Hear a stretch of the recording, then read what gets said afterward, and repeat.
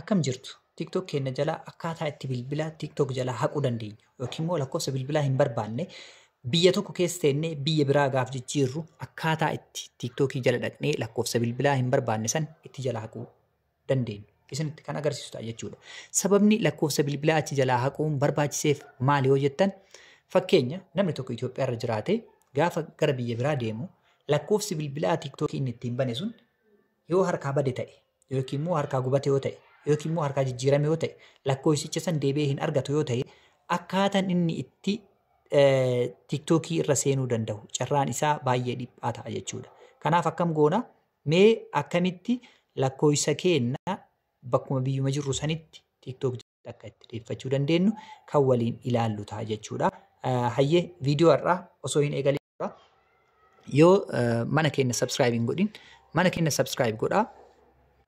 YouTube Harbor Media Network dhaqa subscribe godhaa. Yoo subscribe hin godhini odeeffannoowwan garaagaraa dabalataa argachuudhaaf asuma jala jira viidiyoottan hojiilee garaagaraa viidiyoottan akkaataa appilikeeshinoota keenya hunda itti fayyadamuu dandeenyu hojiilee onlaayinaa immoo mana keenya teennee bakka jirutti hojjechuu dandeenyu hojiilee seera qabeessa hin ta'in onlaayinaa irratti hojiilee tasa hattuuwwan dhuftee gaarii nutti fakkeessitee itti nu nyaachuu dandeettuu fi itti nu nyaachuu hin dandeenye hunda dalagamee jira waan ta'eef subscribe gochuun hin irraanfatinaa. Akkasumas mee amma kallattumaa maal ilaalla gaafa biyya biraa irraa yookiin immoo biyya Arabaa biyya Faranjii biyyoottan garaagaraa irraa gara Itoophiyaa gallu TikTokii keenya dhabuu dandeenya jechuudha. Sababni TikTokii itti dhabuu dandeenyuuf tokko maali?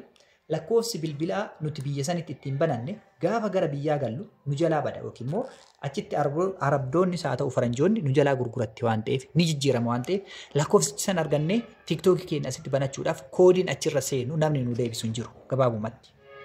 Kanaaf TikTokii bareeda banannee TikTokii biyya kamittuuyyuu fayyadamuudhaaf wanti nu barbaachisu tokko maali? Lakkoofsa TikTokii san ittiin banne beekuudha. Lakkoofsi TikTokii san ittiin banne eega beeknee harkarraa qabaanne booda biyya feenatti fayyadamuu dandeenya. Garuu yoo lakkoofsichaan banachuu hin barbaadin smart TikTokii ta'e akkaawuntii smart ta'e biyya kamirrattuu fayyadamuudhaaf maal fayyadamuu qabna jechuudha dirqama. Armaan olitti amma isinitti agarsiisu kana fayyadamuu qabna jechuudha. Tokko TikTokii keenyarreen seenna. Biyyuma feene yoo jiraan eega seenne booda profile kan jedhu kana tuqna jechuudha. Iddoo profile jedhu gara gadii kana profile kan jedhu tuqna. Erga tuqnee booda sarara sadii mataa gubbaa kana tuqna. Erga isa tuqnee booda kanan nu dhufa. Ka dhufu kanneen keessaa setting and privacy kan jedhu kan gara dhumaa jiru kana ni cuqaafna yookiin immoo itti buunaa jechuudha. Erga isatti buunee booda maal goona? Account kan jedhu jalqabarran nu dhufa. Account kan jedhu kana itti buuna. Erga isa tuqnee booda account information jedhee jalqabarran nu dhufa. Odeeffannoo akkaawuntii keenya waan ittiin banne nutti agarsiisu jechuudha. Fakkeenya lakkoofsi kun Itoophiyaadha. Lakkoofsi Itoophiyaa kanaan baname. TikTokii kana biyya biraa yoo deemean fayyadamuu hin danda'u jechuudha. Yoo lakkoofsi kun na jalaa bade. Namni koodii naa deebisu lakkoofsa kanarratti yeroo seenu namni naa erga yoo hin jiraatin ani fayyadamuu hin danda'u jechuudha. Gabaabumatti TikTokii bareeda ta'e banachuu barbaaddan paaswoordii fayyadamuudhaan viidiyoon akkamitti paaswoordii itti goona jedhu illee immoo dalagamee jira. Harbor Media Network jala seenuudhaan as jala dhuftanii viidiyoottan hedduu argachuu dandeessu. Akkamitti paaswoordii akka itti godhannu TikTokii keenyatti kan jedhu Harbor Media Network kana jala dhuftanii salphamatti argattu. Hayyee mee amma garanatti isinii deebi'a. Bilbila kana akkamitti jalaa haquu dandeenya yookiin immoo as jalaa akkamitti remove goonee balleessinee iimeela keenya iimeela baay'ee bareeda ta'e paaswoordii isaa beeknu biyya kamuu yoo jiraanne bilbila kamirrattuu iimeela jijjiirachuu dandeenyu paaswoordii isaa wajjin kan beeknu as jala galchine ergasii immoo akkamitti TikTokii kana salphamatti iimeelan seenuu akka dandeenyu lakkoofsi bilbilaa kun akka nu hin gaafanne akkamitti akka godhuu dandeenyu isinitti agarsiisa. Lakkoofsicha bilbilaa gattuqna. Kun Harbor Media Network. Erga gattuqnee booda maal goona? Kallattimaan link kan jedhu kana tuqna jechuudha. Link phone kan jedhu tuqna. Garuu filannoo biraa ni qabna. Filannoon kun baay'ee ulfaataadha. Filannoon suni maali? Change phone kan jedhu kana tuquudhaan biyya keessa jirru sanitti koodii keenya iddoo kana tuquudhaan fakkeenyaan amma United Arab Emirates yookiin immoo mee biyya kamittiin isinii jijjiiree isin agarsiisaa. Biyyuma tokko biyyuma ta'e wayii as tuqee biyya barbaade wayii gad tuqa jechuudha. Yeroo fakkeenyaaf anamma mee Turkiin jira haa jedhu Turkiin ni tuqa. Erga Turkiin tuqee booda lakkoofsa bilbila Turkii ka amma na harka jiru san itti galcha jechuudha. Erga galchee booda Continue jedhaan lakkoofsicha kana irra koodiin naa dhufa WhatsApp lakkoofsa kana irra koodiin naa dhufa dhaqee koodii itti galcha. Naa jijjiira jechuudha. Kana hin fayyadaminaa. Kun dogongora guddaadha. Garuu irra dhabuu akkaawuntii keessan dhabuurra irra isin fayyadaa jechuudha. Mee amma akkam goona hayyee duuba deebinaa lakkoofsichuma keenyatti dhaqnee buuna.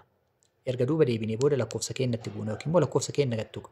Sana booda maal goona unlink phone kan jedhu tuqa. Bilbilicha keenya maal goona guutumaan guututti incomplete irraa balleessina jechuudha. Erga isin booda ulaagaalee armaan gadii isinii kaa'ee jira.